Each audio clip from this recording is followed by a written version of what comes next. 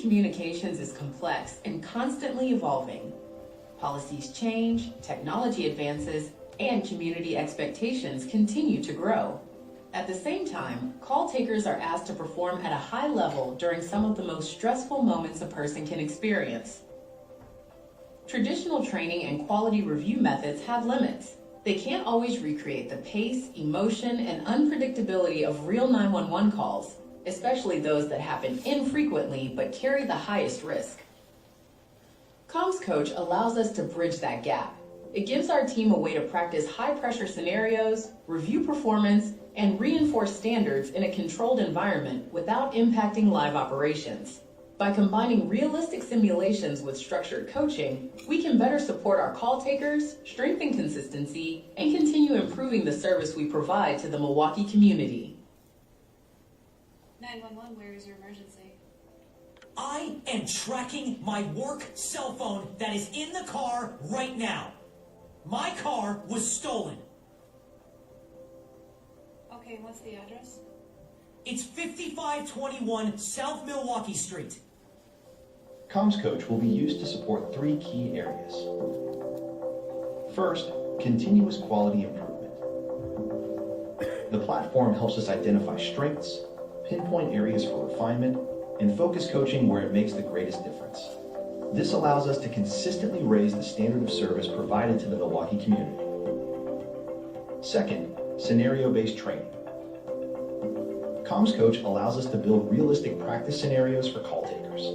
These scenarios help call takers develop fast, confident decision-making in unpredictable conditions. Third, professional growth for existing staff. Through assigned simulation exercises, Comms Coach supports ongoing development for current emergency communications officers, helping them maintain strong performance and prepare for future roles, such as lead, trainer, or dispatcher. Together, these areas strengthen both the speed and the accuracy of our emergency response.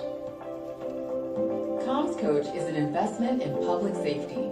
When call takers receive consistent training and clear, ongoing feedback, it leads to faster and more efficient 911 call handling.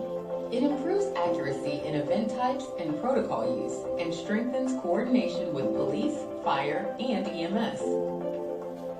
This results in greater safety for both callers and responders and stronger service for the community during critical moments. By supporting the professionals who answer 911, we strengthen the entire emergency response chain. Every second counts. Every call matters. By investing in our people and the tools that support them, we continue to strengthen how we serve our community. Thank you for your time and your continued support.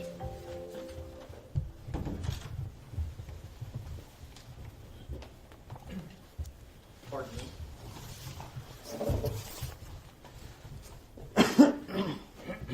That was great. Thanks, Jen.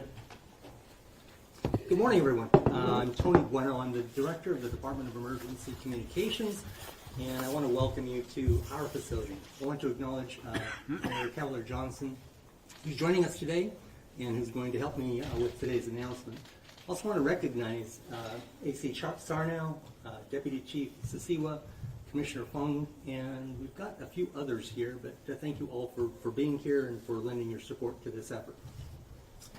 I want to thank Mayor Johnson and the city leadership, our public safety sponsors, and the dedicated professionals who make this department what it is today.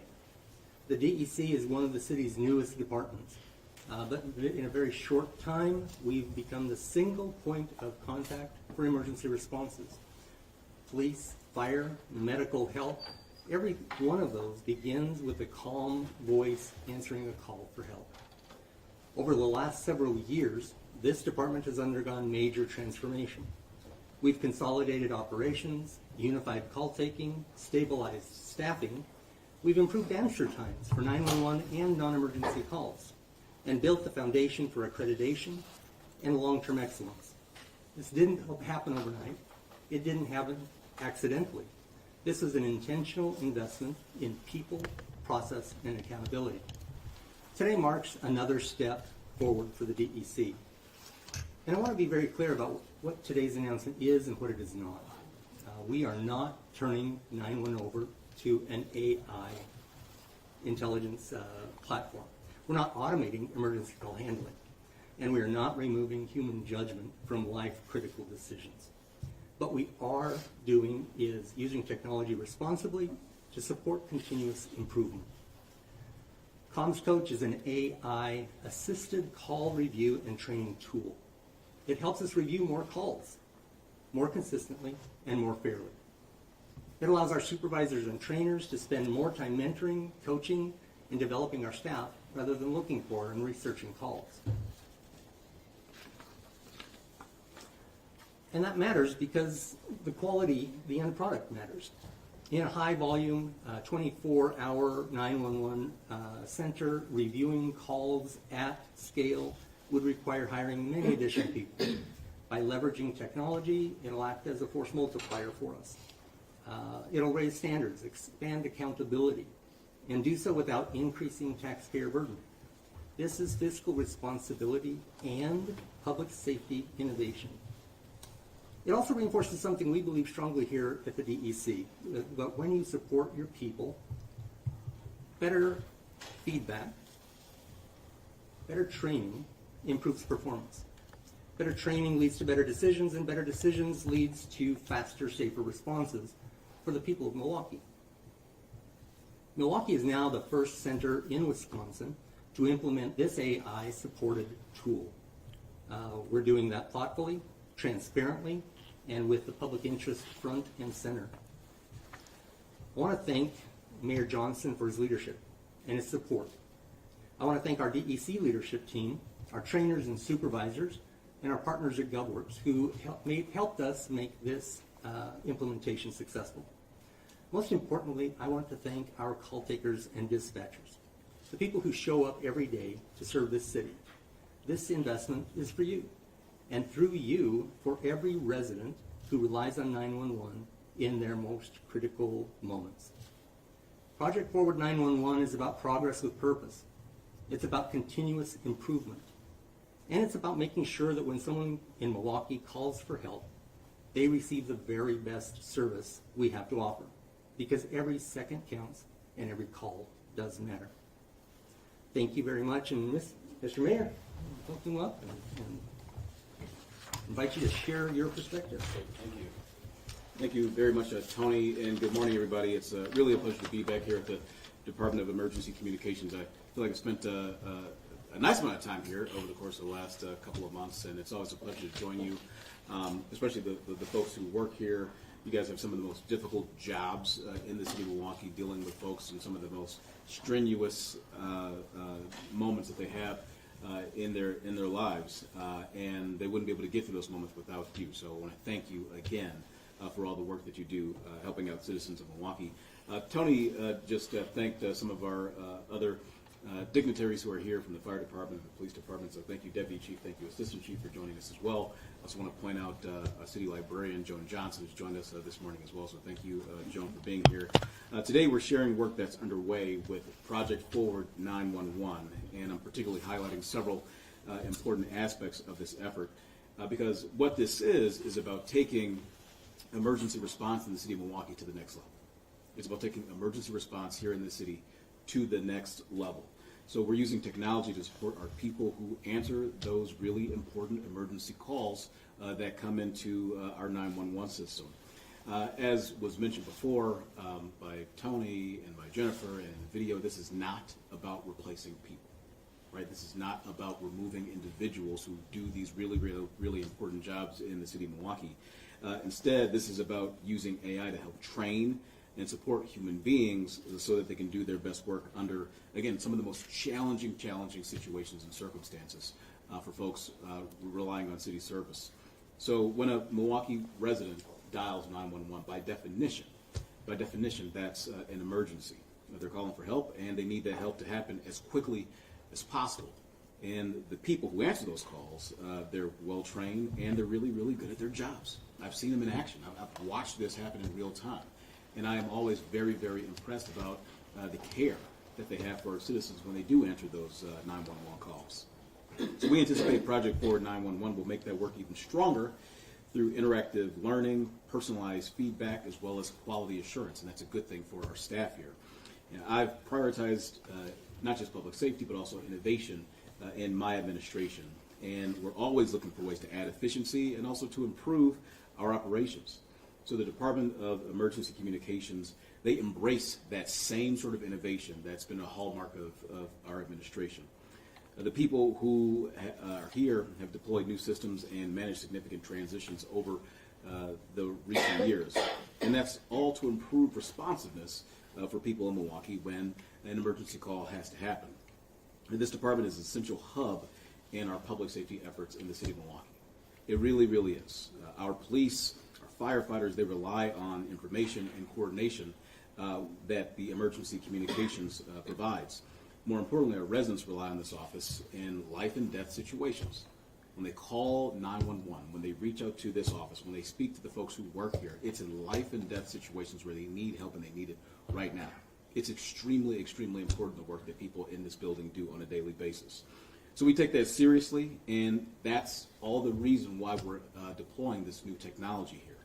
Project Forward 911 strengthens neighborhood safety. It supports our workforce, it protects our children, it protects our families, and it modernizes the essential systems that our city relies on each and every single day for these important 911 calls.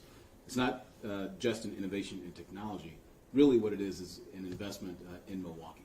And so, again, I'm so pleased to be here to join you all here at the Department of Emergency Communications again. I want to thank the staff from Tony to the entire leadership staff here who are working to make sure that we provide more services and better training to the folks who work here, and then ultimately service delivery to the people of the city of Milwaukee. Thank you. Tony, pass it back to you. We have a hard stop here coming up, so we're going to just open it up. If anybody has any questions or something, we do have other videos that will go into a little bit more detail about the technology itself, do some call scenarios. We have subject matter experts in the room. Tristan Brody is one of our implementers and the quality assurance manager. Jen is also a member of that team, and she's also very well versed in Comms Coach, its development and its operations. So happy to entertain any questions you have before we excuse the mayor for other important city business. But if you have any, please feel free. What is the cost of the system?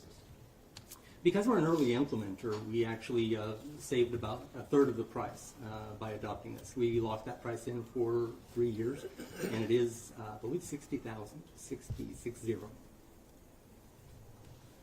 And I would just point out that is far less than what we would pay 13 additional employees to do the same job. That's $60,000 a year or $60,000 over It's per year. Yes, sir. And again, maybe take it in for the citizens of the Milwaukee area.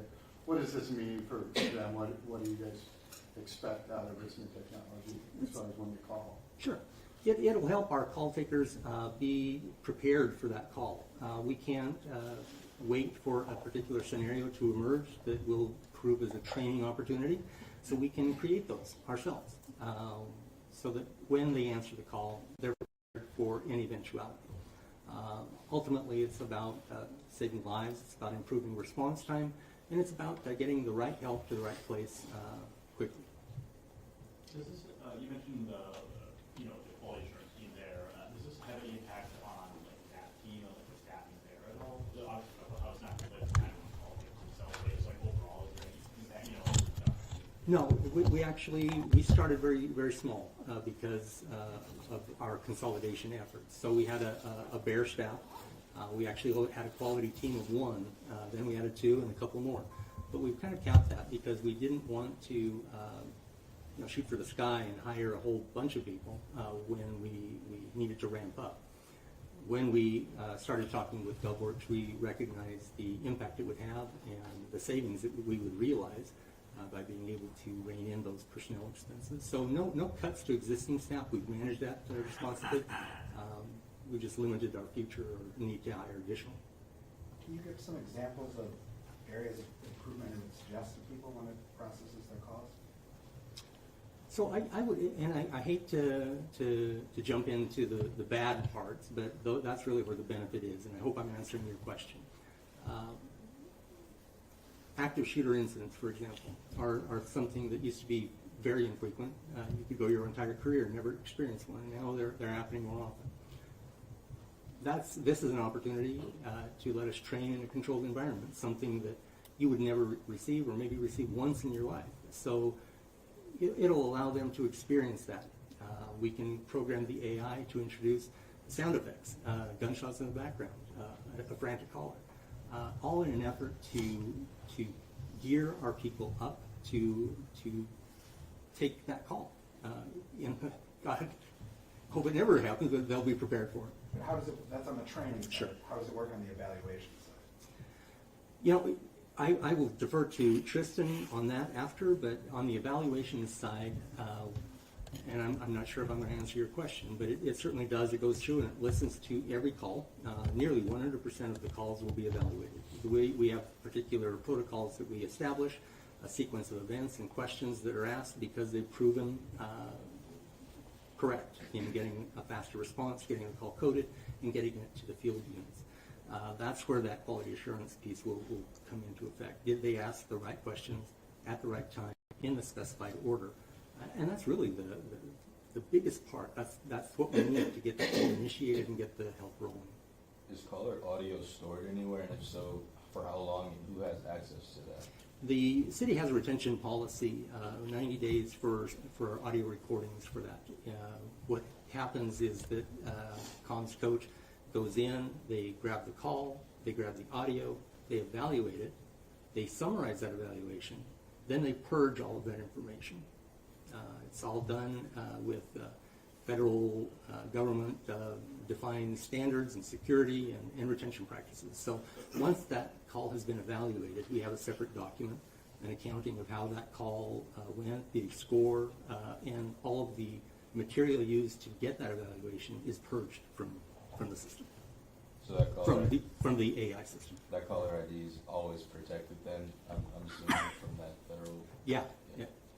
Yes. Yeah. What's the reason behind choosing comms coach instead of what some other counties use for training, like this Gen 911 and stuff like that? Yes, it was just the opportunity and their readiness for this. We've been monitoring comms coach in centers from Oregon to Texas and on the East Coast. These are centers that are similar sized. They're not smaller centers. We're the largest in the state of Wisconsin. We're one of the largest centers in the country. So we wanted a company that was familiar with that could scale to that level. And comms coach, along with the very aggressive pricing, was our decision. Question, you touched on this during your remarks earlier, but other counties in Wisconsin have taken on like the AI call taker, and I know this is totally different. But can you just remark on is that something you are interested in at all, or is it a whole non-starter? How do you feel about that? Well, for me, at this point in time, with the technology available, turning AI on a 911 call is a non-starter. We're just not there. The technology isn't there. AI, as it's been implemented in neighboring counties and agencies, is taking non-emergency calls, and free speech. The caller just says what they want, and then it routes them to the correct agency or department. That's not out of the realm of possibility for us in the near future to handle those non-emergent calls that otherwise occupy a call taker on our floor who could be available for a 911 call. Okay. Does the system do anything in real time, or is it all up front or on the back? No, it's all on the back end. It's near real time, but not real time. We have other technology that we'll be announcing later this year that does a lot of real time stuff, but just a little teaser there. Come back in a few months. All right. This time, I'm going to thank Mayor Johnson for his help and his support, and let you get back to the city's business, sir. Perfect. Thank you, everybody. With that, I'm going to turn the time back over to Jen. She has a couple videos that explains a little bit more detail about the technology, about the application, and she can answer any questions you might have. Again, Tristan's here as well after the fact. You're welcome to stay as long as you want. Comms coach Thank supports you. the Department of Emergency Communications. This video is going to walk us through through how the trainers would set up a call and some of the features that this system allows us to implement for our training. Let's walk through how Comms Coach supports the Department of Emergency Communications training team. This overview highlights how AI-assisted tools help build realistic call scenarios, support consistent training, and better prepare call takers for the wide range of calls they answer every day. It starts by building the scenarios. Here, trainers can build scenarios to help call takers learn across a wide range of situations, from routine calls that allow for repetition and call flow, to higher stakes incidents that test a call taker's ability to pivot while staying focused. During scenario creation, trainers control what event type is being evaluated and which performance areas are emphasized, such as accuracy, call entry time, customer service, and more. The scenario description portion of creation is where the AI magic truly comes into play. The information entered here allows the system to draw from its learning model and generate realistic responses that keep the call moving naturally.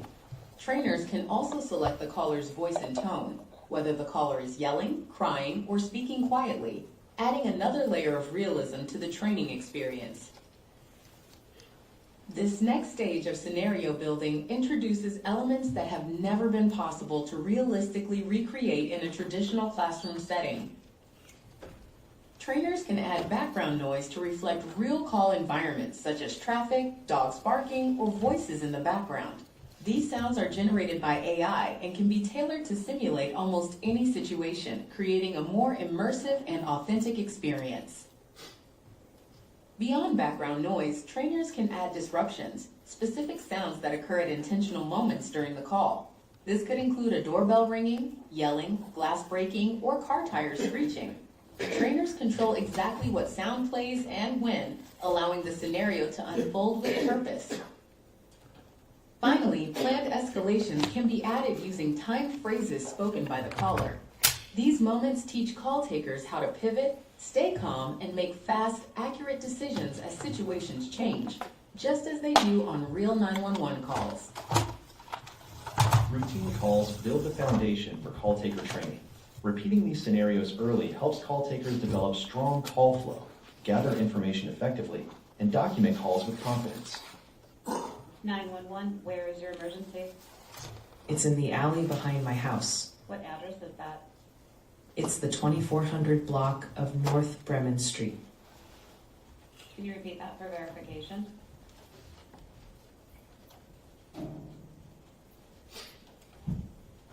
There's a teenager outside looking into my car and trying the door handle. Is he there now? Yes, he's still here now. This call begins as a routine suspicious person report. The caller describes someone walking around her vehicle, looking into the windows, and trying the car doors. Subtle background sounds like soft breathing near the phone are added to create a mild distraction, mirroring the kinds of details call takers often hear in real situations. As the call progresses, the call taker gathers the necessary information and begins processing the incident as a suspicious person call, until the situation suddenly changes. All right, where is your vehicle parked, in the front or the back? It's parked in the back, in the alley. Okay, what color is your car? What color is your car? He just broke my window and stole my car. These escalations help trainees practice adapting their interview as a call evolves, while reinforcing timely documentation to ensure responders receive accurate, actionable information. Together, these tools allow scenarios to be built that reflect how 911 calls truly happen. From basic call setup to realistic audio distractions and timed escalations, each element is intentionally placed to mirror real-world conditions. Escalations can be as simple or as complex as needed, giving trainers the flexibility to create scenarios limited only by their imagination. This moves beyond traditional classroom training, allowing call takers to practice decision-making, adaptability, and focus in environments that closely resemble the calls they answer every day.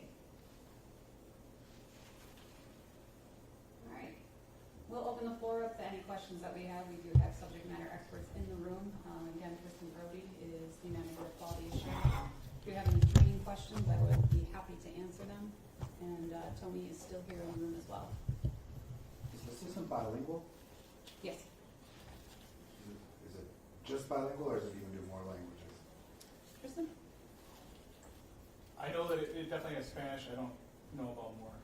Yeah, I believe it might just be Spanish on that one. That's something that we'll have to take a look at. Our majority of our calls that do come in bilingual are Spanish.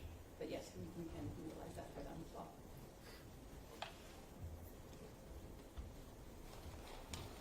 How long is the training period, even for a new call taker? For a new call taker, it is 8 weeks. So 8 weeks in the classroom, and this would be really beneficial for them to get these types of calls, because we've done it before where we're in the classroom and we'll like bang on the desks a little bit to give them a little disruption, but that's, that's not hearing it in your ear. And then once they're finished with that, then they continue on to an OJT period, which is on the floor taking calls. So that's another 6 weeks of training. Would you mind stepping on the microphone?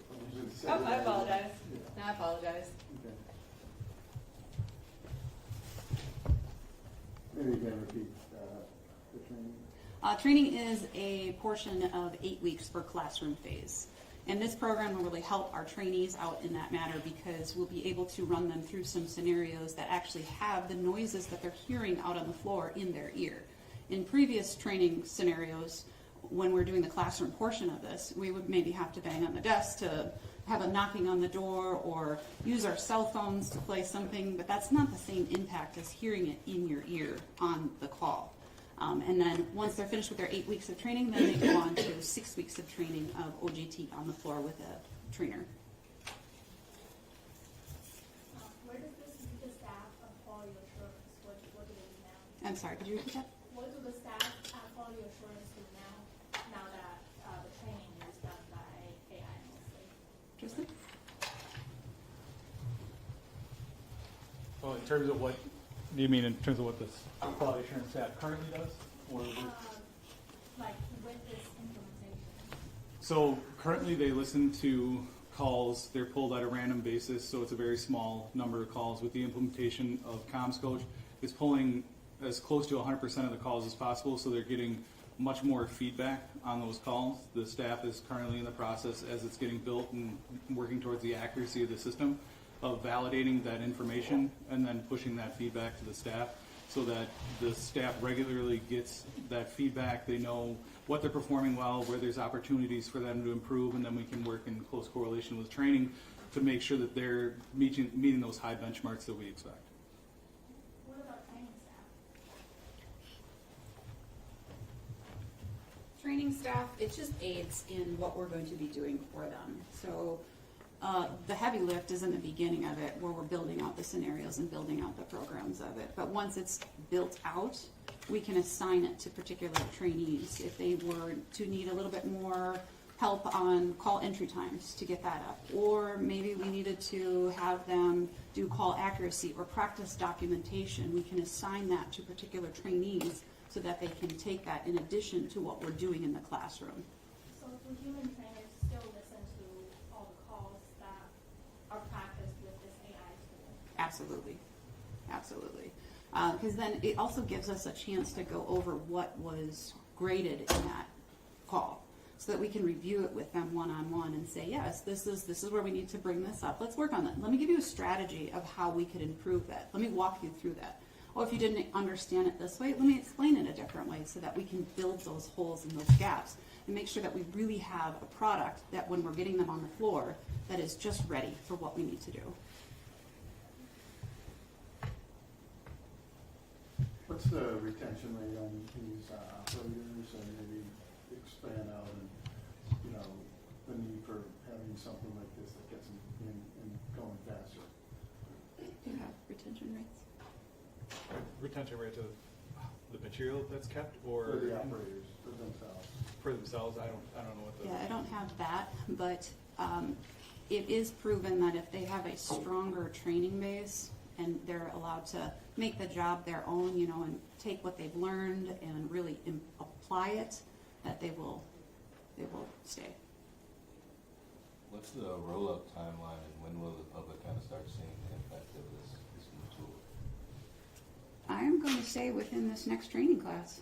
Yeah. So we have a new hire class coming on, and we will be slowly using it with them. We will be adding to our already structurally sound, good training program, and we'll be adding it through there. So probably,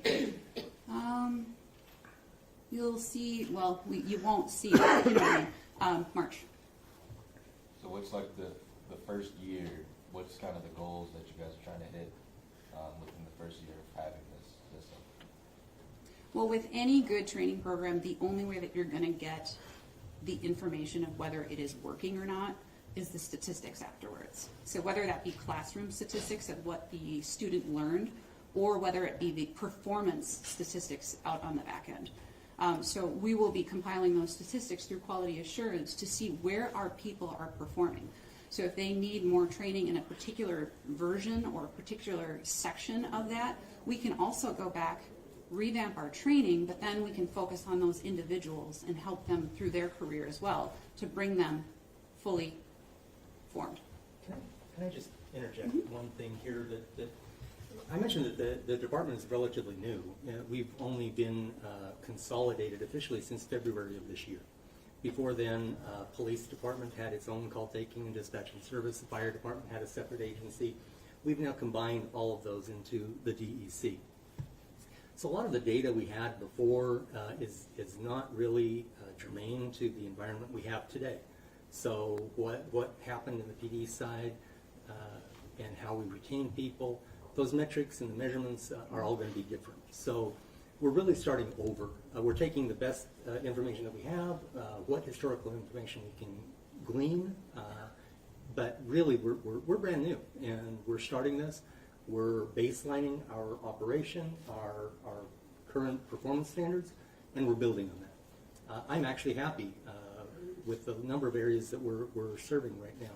Call answer times is an industry benchmark. 90% of our calls to 911 should be answered within 15 seconds. 95% within 20 seconds. And we've met that every single month for the past 18 months. So we're meeting those benchmarks. We're constantly evaluating, gathering that tool so that we can report back on the effectiveness. You asked about when they'll see that. We're going to fully implement that with our new class, and that'll become a part of our training regimen. But it's having an impact today. As we've rolled this out, as we've pushed it to certain call takers, they're getting it. They're using the feedback that the AI is giving them. They're helping us further develop it, but they're reaping the benefits on the floor. And we can actually see marked improvement from them because they've taken that feedback, taken it to heart, implemented it, and they're improving their performance. How we track that is going to be the next challenge.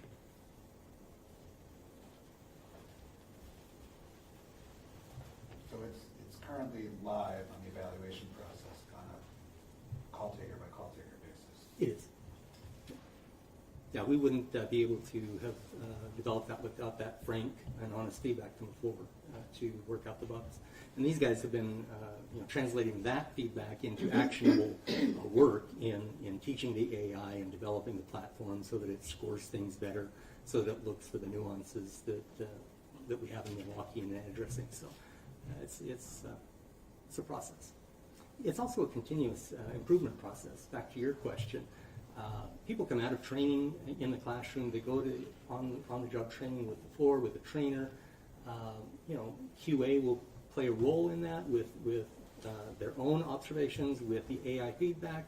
They'll develop or flag the training opportunities. The training will go back with that person. And so it's a whole paradigm. It's a whole process that comes into play. Thank you, everybody. Can I just get your guys' names and titles quick, if you don't mind just jumping in and just telling us?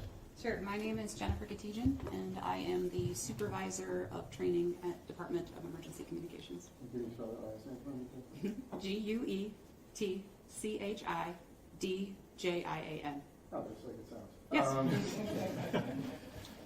Yes. Tristan Brody, I'm the Quality Assurance Manager here at the DEC. Can you spell it, Tristan? TRISTAN BRODIE. Thank you. Thank you, everybody, for coming. I appreciate your time. Please take a donut for the roll and have some coffee. Yeah, I do the one.